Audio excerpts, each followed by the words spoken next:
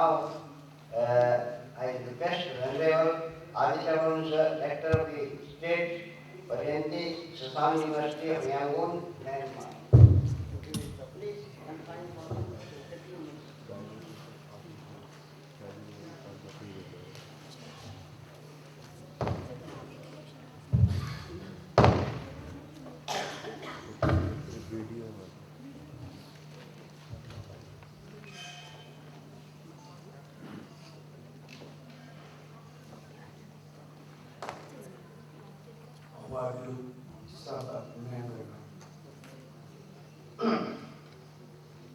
Good morning.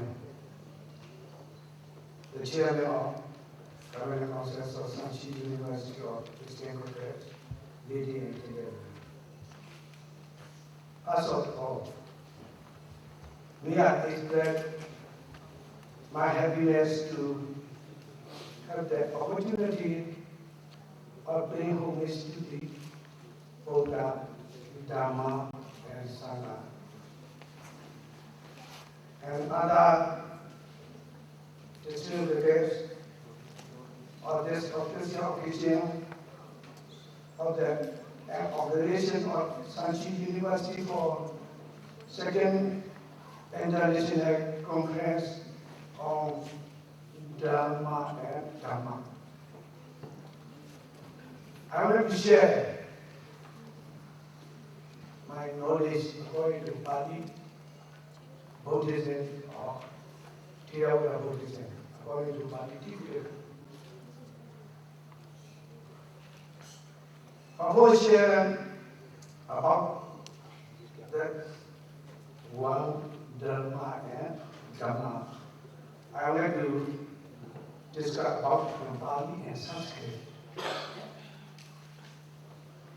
Both Pali and Sanskrit are non-Asian languages. They belong to Indo-Aryan family of language. Sanskrit is the language of what is now known as Hinduism. And Pali is the language of theological Buddhism. Among the two, Sanskrit, or at least the older religious Sanskrit, is definitely other than Pali. Since we know from the comparative study of the two languages that the majority of the Pali words are derived from Sanskrit, all of the language we now find in the theological Buddhism literature. Theological Buddhism literature is called Pali. The name was never used in the text, commentary, and sub-commentary referring to this language. The name they use are Aryaka, Dhamma, Nivrtti, and the Bhava Nivrtti, Magala Bhasa, Magadika Bhasa, Tangi Bhasa, Muda Bhasa, Prakati Bhasa. All treaties and Pali or grammar were basis on older Sanskrit counterparts. Thus, we know that Kichana Jagana. The Pali grammar was based on Sanskrit grammar called Katangala or Kalava Jagana. The Pali grammar or Mahagrama is based on Sanjay Jagana. A Pali was based on Amara Kosa. The Pali Subhara was based on Kavyadasa, and the Pali Uttodia was based on Vatana Nakra. So now, Dhamma is the Pali term, Pali word, and Dharma is Sanskrit word or Sanskrit canon. The word Dhamma or Pali is made up of the root Dhara, and the sub is Rama, Dhara, Dharani. The root Dhara is in the sense of existing, holding, and bearing. Dhara is the sense of to exist, to hold, and to bear. By Dhamma, it means the teachings of the Buddha. So now here, according to Pali, Tipitaka, so we can understand two kinds of Dhamma. Inyadik Dhamma and Paramata Dhamma. Inyadik Dhamma means appearance reality. Paramata Dhamma means ultimate reality. So therefore, here, when you study the Pali word Dhamma, first we need to understand according to the Pali grammar. If you don't study the Pali grammar, you never get correct meaning. And that was first one you understood about that root and suffix. According to root, we can get nearly correct meaning. And then after you understood about that suffix, you can get full correct meaning. So here, I'm going to discuss about the meaning of Dhamma. Our Buddha said that Tareti ti Dhammo. Tareti ti Dhammo. What is Tareti? According to the commentator, Takatacharya, he explained Nirvana, Tareti ti Dhammo. So therefore, now here, according to that Dhamma, you can practice for your life, for yourself.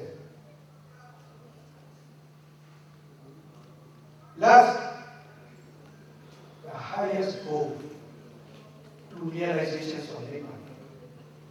That is called Dhamma.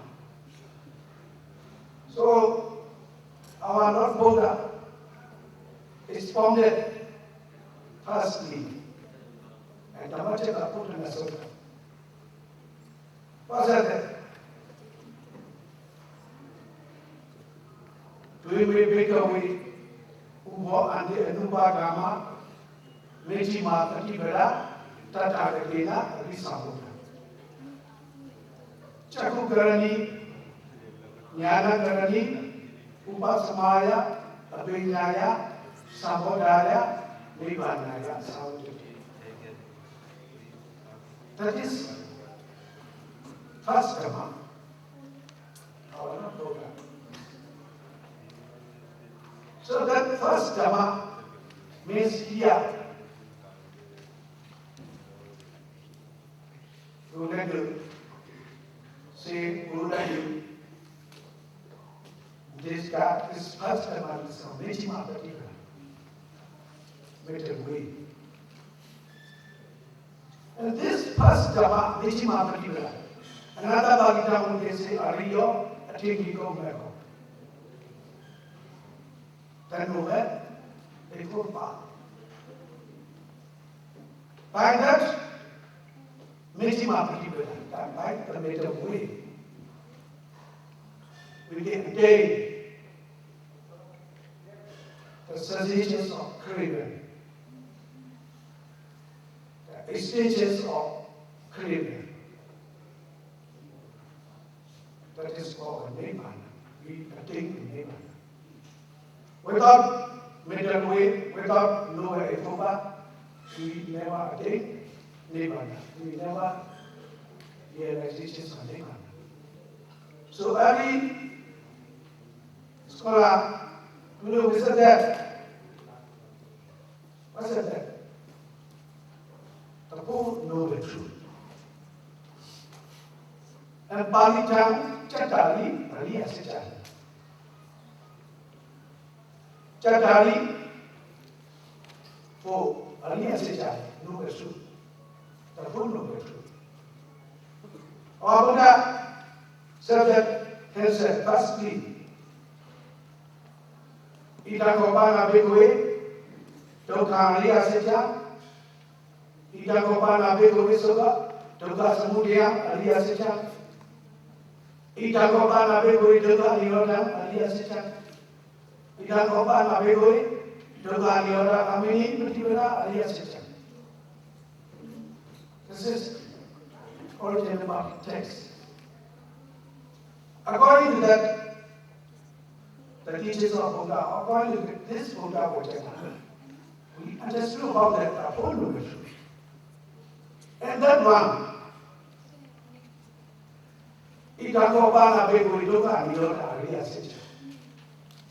according to that Pavitra, according to that Buddha Vajana, we can understand about that Nirvana. Nirvana. Nirvana is the whole noble truth. We can say that is called Nirvana system. How do you Nirvana? Our Buddha said that Idagobana Begoi, Toka Nirvana Kamini, Prativana, system. This is the noble truth of the path leading to the cessation of suffering. So that is called Vitima Prativana, the noble path. According to noble truth, we can say that is name, Merka, and system. What are they? The noble path, Aliyo, Tigiyo, Merka. Already we know that Samadhi, Samasegapa, Samavaja, Samakamada, Sama Ajiva, Sama Vayama, Sama Sati, Sama Samadhi.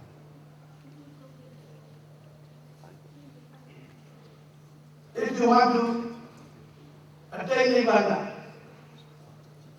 you practice, you are going to the Noble path.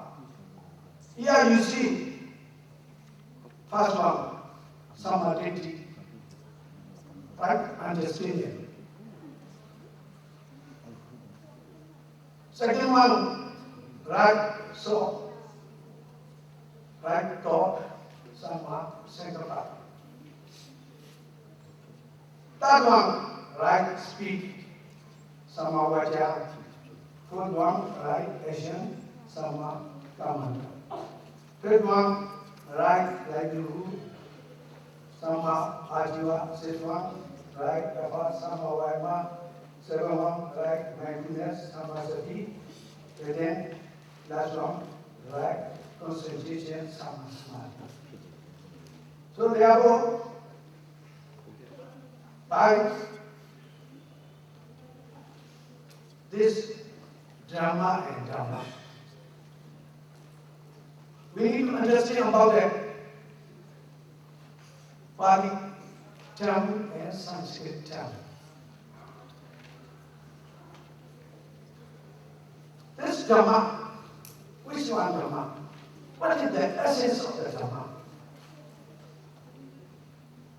We need to understand the essence of the Dhamma means of the Four Noble Truths. Satu Sejak Minimodo Dhamma Nati. There are no Dhamma which is outside the vicinity of the Four Noble Truths that can help you understand clearly the teachings of the Buddha. May all peace be for happy and peace rule. May all peace be for happy and peace rule. May all peace be for happy and peace rule.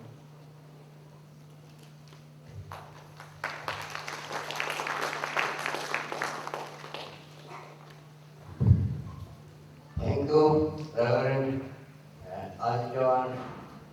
You have really completed your talk within time, and you have also emphasized a very important point of this conference, the meaning of Dharma and Dhamma. I hope that in the coming sessions we will discuss more about this problem, because this is the central problem of our conference.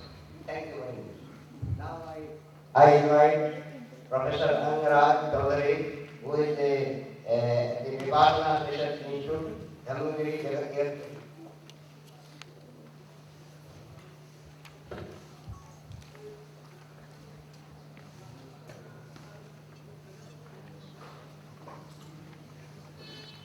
Respected chairperson, distinguished speakers on the dash, and distinguished members of the audience.